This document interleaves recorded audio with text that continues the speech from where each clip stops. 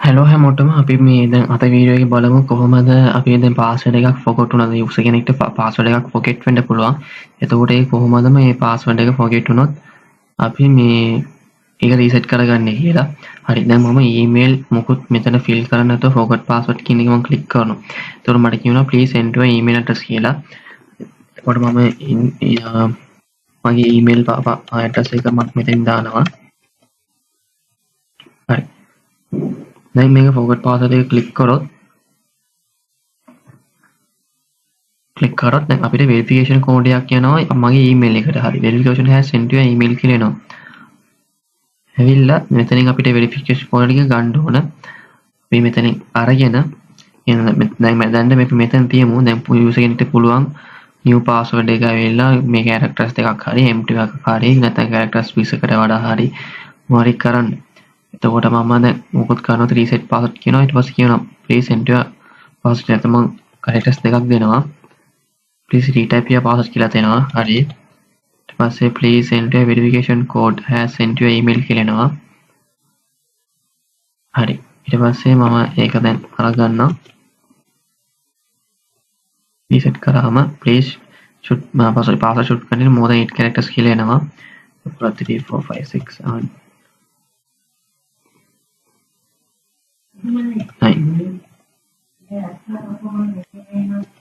එතකොට මේක reset password කරාම පාස්වර්ඩ් doesn't match කියලා එනවා. ඒ කියලා බලුවොත් මම වෙරිෆිකේෂන් කෝඩ් එක මම මෙතනින් දාලා බැලුවේ. හරි ඒක ඒ වැලිඩේෂන් එකත් මෙතන වැඩ.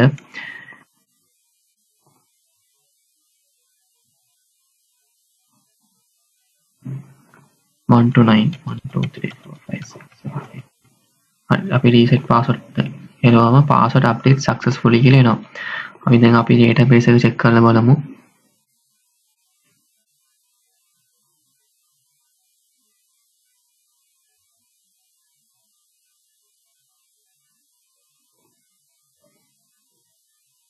හරි පාස්වර්ඩ් එක අප්ඩේට් වෙලා තියෙන්නේ. ඊට පස්සේ මම මගේ දැන් පාස්වර්ඩ් එක රීසෙට් කරුවානේ. අන්න ඒක දැන් මෙතන ටයිප් කරලා මම sign in වෙන්න. හරි මම home page එකට ආවා. හරි මෙහෙම තමයි අපි forgot password එක වැඩ කරන්නේ. දැන් බලමු අපේ ඒකේ කෝඩ් එක. ඉස්සෙල්ලාම අපි index page එකට යමු. එතනින් අපි මොනවද වෙන්නේ කියලා බලමු.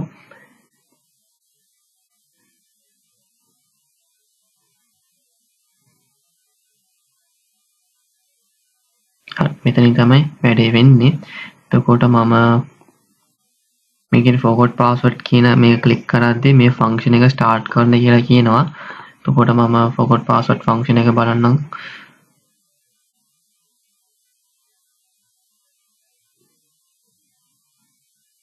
හරි මෙතනින් දැන් අපි bootstrap ලගේ model එකක් අපි ගන්නවා. හරිද? ඒ කියන්නේ ඒගොල්ලන්ගේ දැන් අර මෙතන pop up එකක් ආවේ. අන්න ඒක තමයි මේ bootstrap ලා කියන්නේ model කියලා. හරි. අපි මේ බටන් එක ක්ලික් කරාම දැන් email 2 එකේ තියෙන්නේ දැන් ඒ කියන්නේ මේ field එකෙන් email එක ගන්නවා.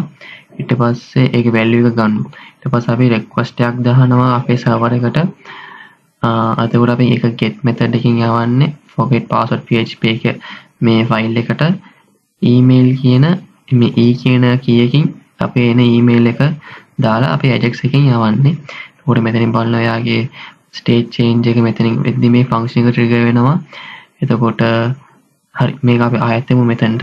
අපි forget password process ඒ file එකට ඉස්සෙල්ලාම යමු. ඒකට ආවම දැන් මම මෙතන use කරලා තියෙන්නේ SMTP mail server එක. එතකොට දැන් අපි ඒ අරන් එන email e කියන array එක කියන්නේ array එක empty ද කියලා බලන්න. ඒ කියන්නේ empty නැද්ද කියලා. empty නැත්නම් තමයි මේ වැඩ ටික වෙන්න ඕන. ඒකට මම මෙතනින් කරලා තින්නේ අර email කියන variable එකට අර අපි අරන් එන email එක set කරන්න. ඊට පස්සේ අපි search කරනවා මේ user කෙනෙක් ඉන්නවද කියලා ඇත්තටම. හරි ඉන්නවා නම් එයාගේ row එකක් අපි num rows එක බලනවා. දැන් ඉන්නවා නම් එකම user කෙනෙක් ඉන්න පුළුවන්. අයිකෝ තමයි email එක අපේ primary key unique එක. එතකොට ඒක ඉන්නවා නම් අපි ඇවිල්ලා code කියලා variable එකකින් unique id එකක් generate කරගන්නවා. එතකොට අපි ඒක unique id එක update කරනවා ඉස්සෙල්ලාම. කොහොමද update කරන්නේ? අපි condition එක update කරනවා. මෙයා මේ email එක equal වෙන්න ඕනේ අපි එන email එකට. හරි මෙතන තියෙන SMTP server එක. එතකොට මෙතන අපි යවන්න ඊමේල් ඇඩ්‍රස් එක තියෙනවා. මෙතන සබ්ජෙක්ට් එක තියෙනවා. මෙතන මොන යවන්න ඕන ඊමේල් එක. මෙතන ඇවිල්ලා සබ්ජෙක්ට් එක. මේ ඊට පස්සේ මෙතන ඇවිල්ලා අපේ HTML content එක. ඊට පස්සේ mail body එක මේ content එක යවනවා. දැන් ඒක මොනවාක් හරි connection issue එකක් හරි මොනවා හරි වෙලා මේ email එක ගියේ නැත්තම් not sent නම් මේක message එක දාන්න. එහෙම නැත්තම් ඒක success නම් successfully send කියලා දාන්න. එතකොට එහෙම දැන් email එක not empty. එතකොට invalid email ඒ කියන්නේ දැන් මේ if එකේ තමයි තියෙන්නේ mails එක. දැන් ඒකට වඩා ඒ කියන්නේ zero වෙන්න පුළුවන්. එතකොට invalid email address කියලා එනවා. ඒ කියන්නේ මේ email එකක් නැහැ. අපි ඒක ටිකක් try කරලා බලමු. දැන් මම දානවා මෙතන shop gmail.com කියලා. forgot password දුන්නාම invalid email address කියලා හරි මේ තියෙන්නේ ඒකයි මෙතනින් තමයි වෙන්නේ. ඊට පස්සේ else නම් please send your email address. ඒ කියන්නේ මේක empty නම්. හරි තේරුණාද? ඒ කියන්නේ මම ඉස්සෙල්ලා මේක පෙන්නුවා. අපි ඒක කරලා බලමු. please send your email address කියලා අපිට verification එක ආවා. හරි මෙතනින් අපි දැන් update user කෙනෙක් ඇවිල්ලා මෙතන දැන් එයා මේ code එක update වෙනවනේ. එතකොට අපේ database එකට code එක මෙතනින් update වෙනවා. update වුණාම ඊට පස්සේ අපි ආයෙත් update වුණාම ඊට පස්සේ forgot password එක හරි. දැන් අපිට model එකක් open වෙනවා. දැන් response එක successfully sent නම්.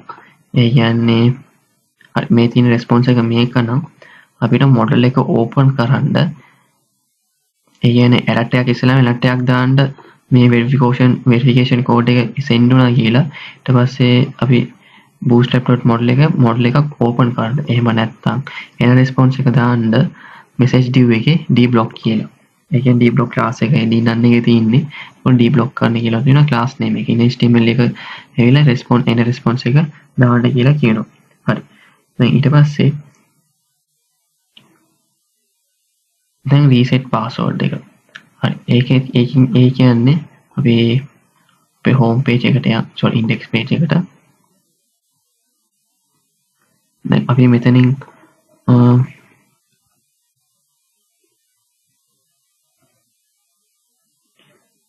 හරි info.ava sorry